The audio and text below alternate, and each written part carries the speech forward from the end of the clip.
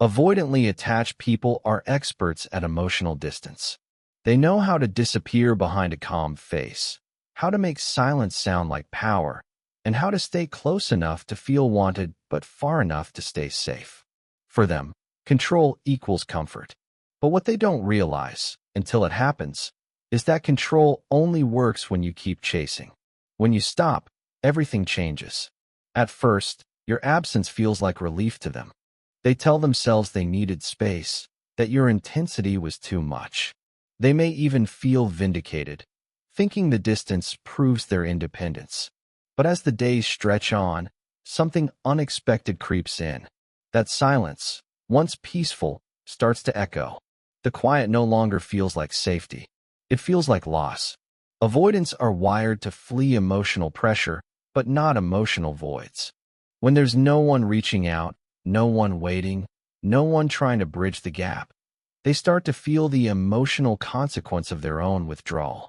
For perhaps the first time, they can't rely on your energy to keep the connection alive. And in that emptiness, a strange thing happens. They begin to feel. They might not show it outwardly. They'll stay cool, act unbothered, maintain their composure.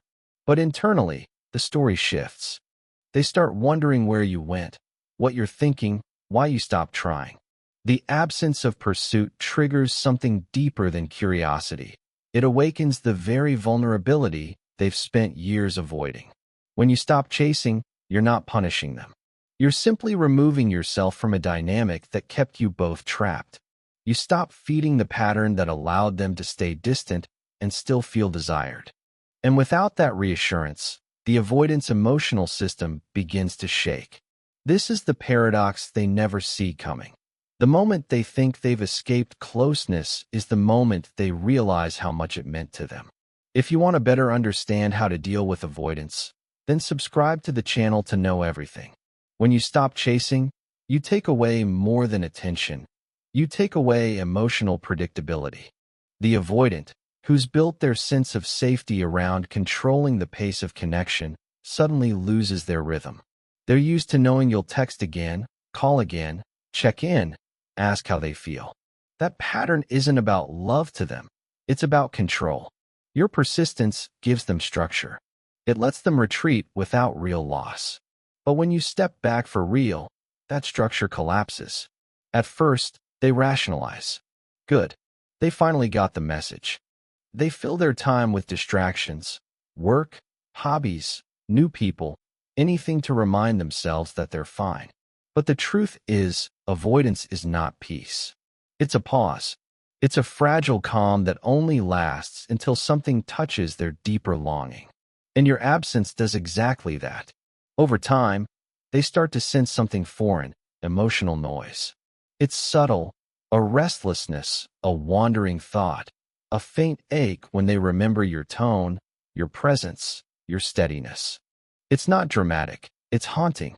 Avoidants don't fall apart in obvious ways.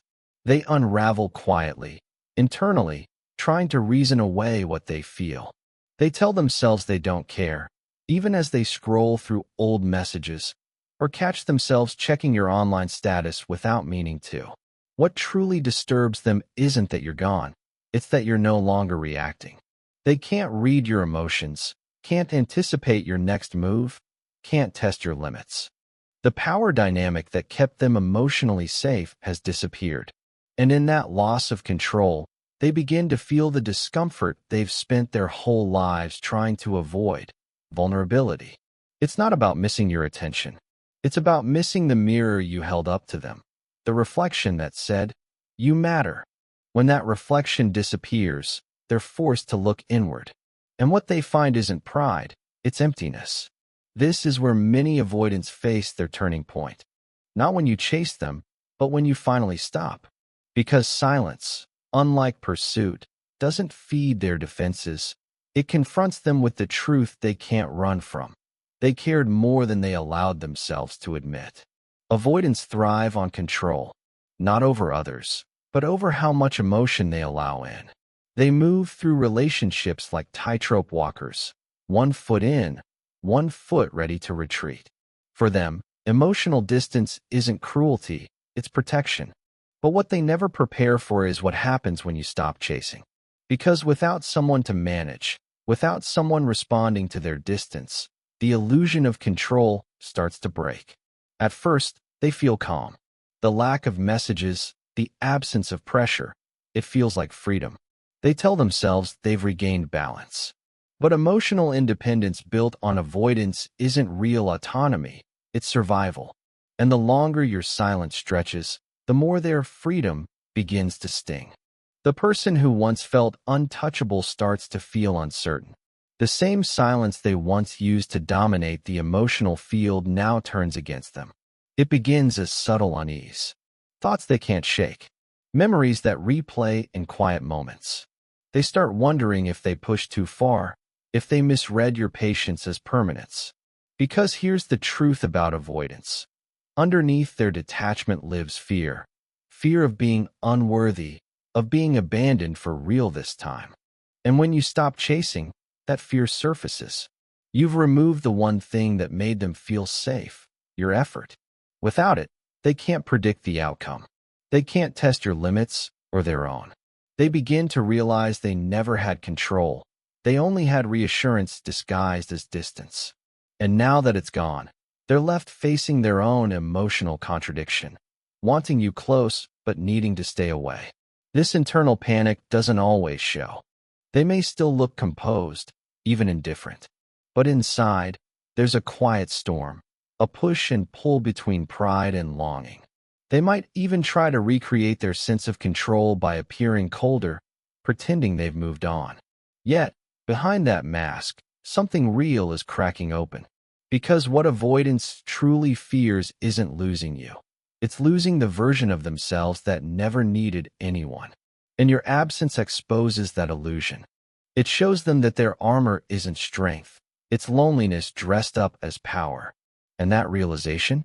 It's the beginning of every feeling they swore they'd never have. There's a moment that every avoidant secretly fears. It doesn't happen in the middle of a fight or after a breakup. It happens quietly, weeks or months later, when they look around and realize there's no one left chasing them. The silence they once needed to feel safe becomes the same silence that exposes their emptiness.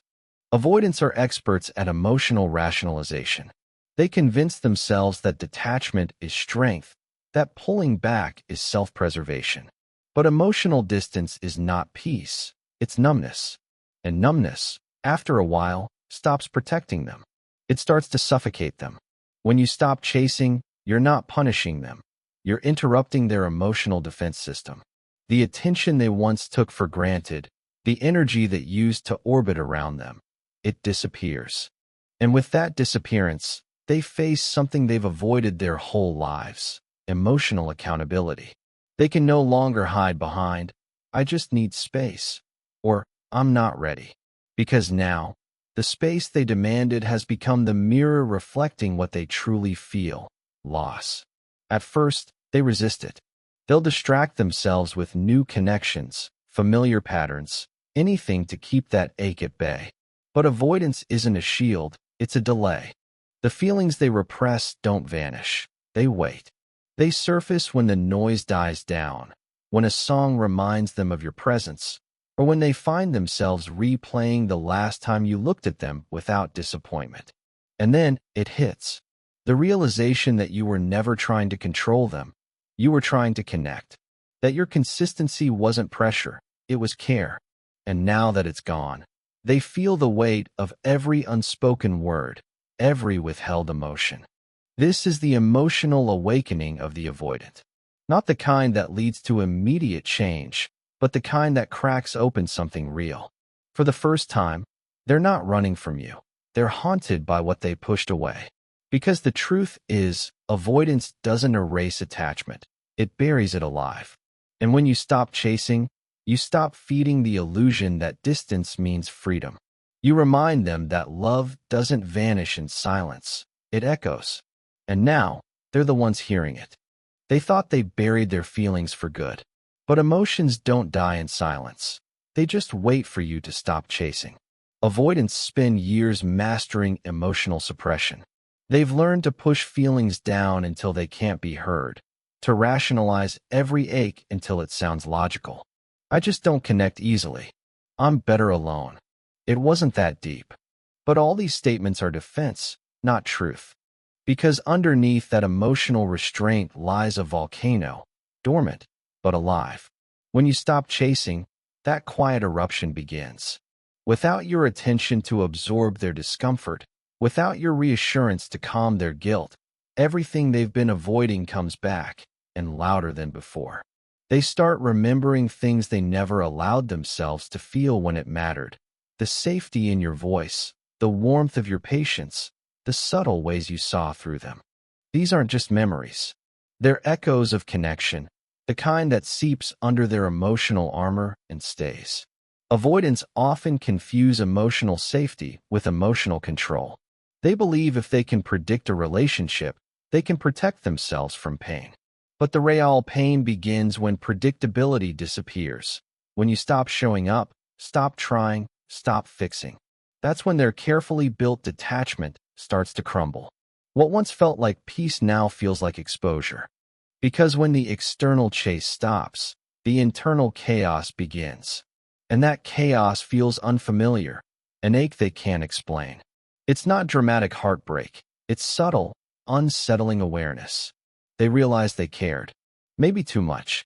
And that caring, now unreturned, leaves a space inside them they can't fill with logic.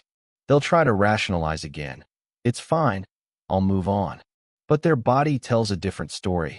Sleepless nights, overthinking your absence, imagining conversations that never happened. The emotions they once numbed now start knocking louder, demanding to be felt. Avoidants don't chase people, they chase emotional equilibrium. But when you stop chasing, they lose it. They start questioning what really mattered, what they ran from, and whether their idea of safety was just disguised self-sabotage. That's when something profound happens. Regret begins to replace pride. And for the avoidant, that's the most painful emotion of all, because it means they finally feel what they once refused to face. Avoidants never plan to miss you. But regret isn't a choice. It's the bill avoidance always sends too late. When an avoidant loses someone who once made them feel safe, they don't feel it right away. Their first instinct is relief, the kind that comes from escaping what they perceive as emotional pressure. They tell themselves, this is better. I can breathe again. But that breath doesn't last long. Because slowly, what they thought was freedom starts tasting like emptiness. Avoidants live by emotional delay.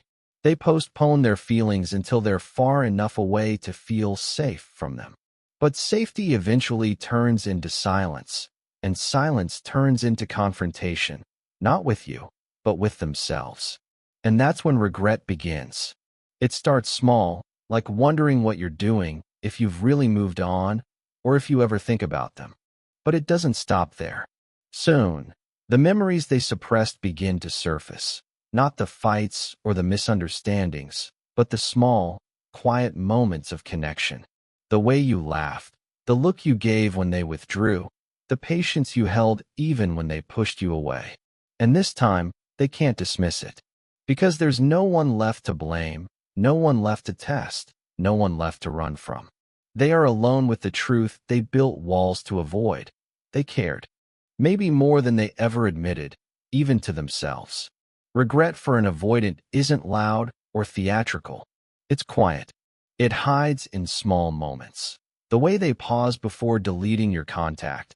The way they check your profile but never interact. The way they tell themselves they're fine but feel a hollow ache when someone new doesn't make them feel the same. They start realizing something they never expected. That connection, once lost, doesn't disappear. It lingers. It hums beneath their defenses, reminding them of what they once had and couldn't hold. This regret doesn't come because they were rejected. It comes because they rejected themselves first, by running from the very intimacy they craved. The chase once made them feel in control. Your withdrawal now makes them face the truth, that what they feared most wasn't losing you, but losing the version of themselves that felt capable of being loved. Regret is the beginning of awareness. But awareness isn't yet healing. It's just the moment they finally stop pretending they don't feel. And for an avoidant, that's where everything truly starts to change. For the avoidant, missing you feels like weakness, but denying it feels worse. This is where the real conflict begins, not between you and them, but within them. Once the initial calm of your absence fades, they're left facing a quiet contradiction. Their pride tells them to stay detached, but their heart keeps remembering. The very thing they once ran from, connection, now haunts them in the form of what they lost.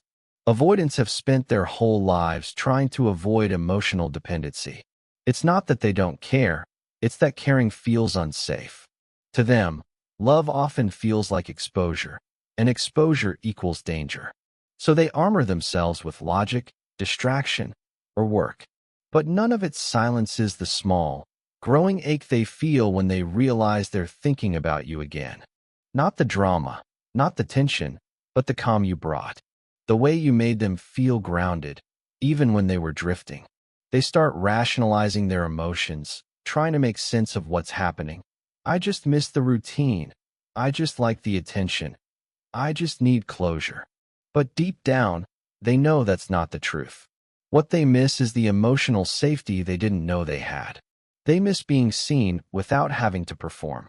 They miss the ease of connection they now realize wasn't suffocating. It was rare. Pride tells them not to reach out, to stay in control, to act like they've moved on. But longing keeps whispering reminders. Your voice, your patience, your ability to hold space without demanding it back. And that whisper grows louder when the avoidant realizes that the person they pushed away isn't waiting anymore. You've moved differently. The energy has shifted. And that loss of emotional gravity feels unbearable. This is the moment avoidants begin to understand something vital. Detachment doesn't protect them from pain. It just delays it. By refusing closeness, they didn't escape vulnerability. They postponed heartbreak until they were alone enough to feel it without distraction. And now, the pride that once kept them safe feels like the very thing keeping them stuck. They want to reach out, but they fear looking weak. They want to apologize, but they don't know how to speak without exposing the depth of their regret. So they sit in between, in that silent war zone between longing and self-protection. What they don't know is that this discomfort is growth in disguise. Because for the first time, they're not running from emotion. They're sitting with it. And that's how avoidance begins to unravel, not with words, but with the quiet realization that they actually cared deeply. The avoidance silence was meant to protect them, until it became the thing that hurt them most. By this stage, the silence they once valued starts feeling unbearable. What began as space now feels like exile. They wanted peace, but what they created was absence, and absence doesn't heal what's unacknowledged. It only magnifies it. For the avoidant, this is the breaking point, when the quiet stops feeling safe and starts echoing back every word they never said. They begin to see what avoidance really costs. Not just relationships, but connection itself, the chance to be known, to be understood, to feel alive in the presence of another human being. And as much as they tell themselves they're fine, something deeper starts unraveling beneath that composure. It's a kind of loneliness they can't distract away from. Not the kind that comes from being single, but the kind that comes from self-abandonment. Avoidants often believe distance protects them from pain. But what they don't realize is that distance creates pain, slowly, quietly, invisibly. The more they try to escape intimacy, the more they trap themselves inside their own emotional isolation. And when the person who once bridged that gap walks away, they feel the full weight of their choices. It's not that they suddenly lose interest in independence. It's that they realize independence without connection isn't freedom, it's exile. This realization rarely arrives as a grand epiphany. It comes through small, piercing moments. Reaching for the phone and realizing there's no one to text. Hearing something funny and having no one they want to tell. Waking up one morning and feeling the absence not as relief, but as longing. These moments hit harder because they're honest, not filtered through pride or pretense, just raw awareness of what's gone. And that awareness changes everything. The avoidant begins to see that it wasn't love they were afraid of, it was being seen. Because being seen means being known, and being known means being vulnerable. But now that you're gone, the vulnerability they feared has arrived anyway. Only this time, it came through silence, not closeness. That's the cruel irony of avoidance. They build walls to keep pain out, but those same walls end up keeping love out too. And when they finally see what they've done, it's too late to hide behind distance.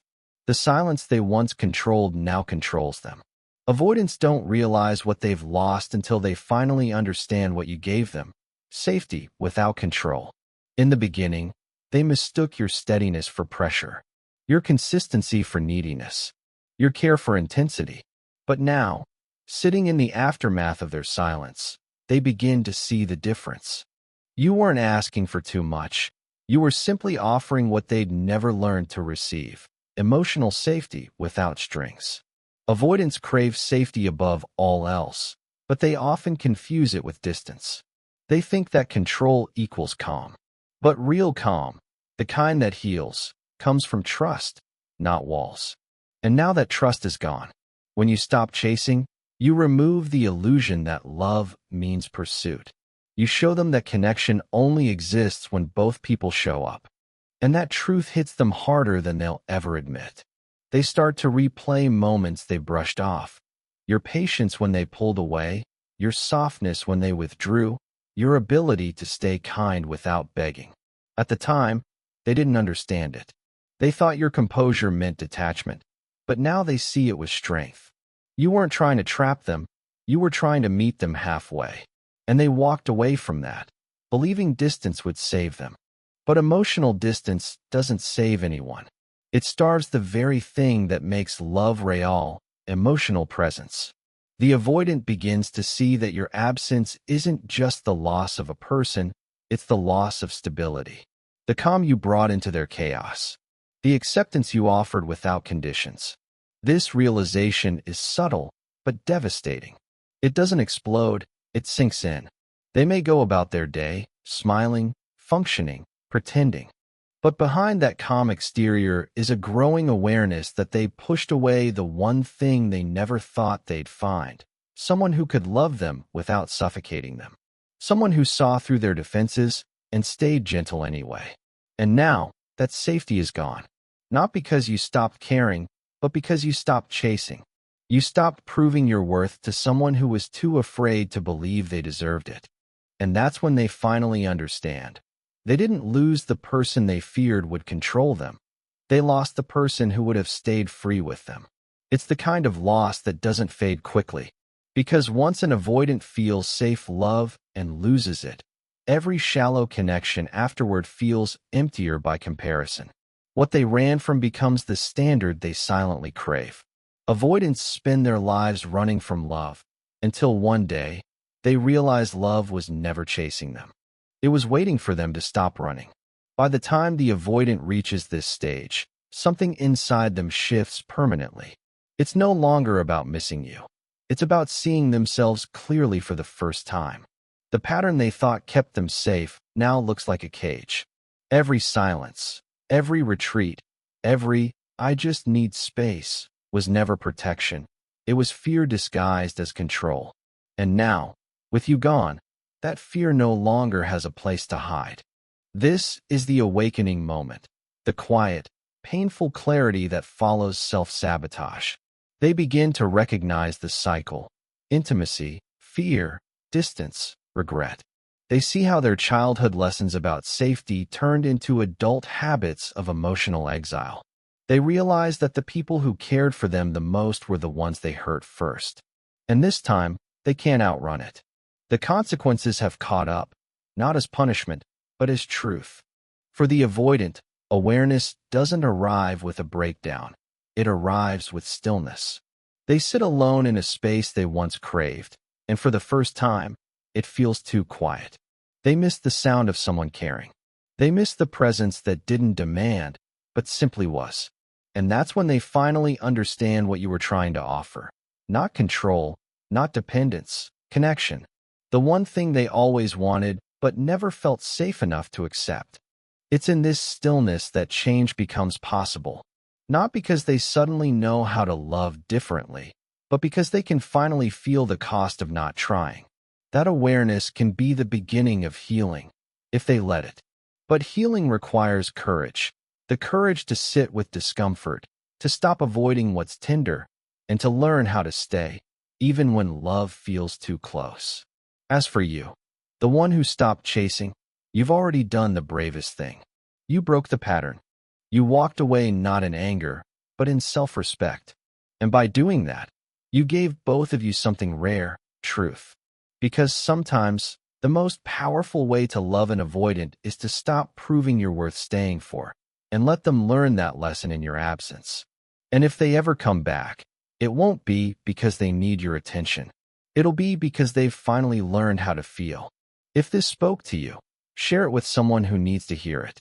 Comment your thoughts below, and subscribe for more reflections on healing, attachment, and the courage to stop chasing what was never meant to run.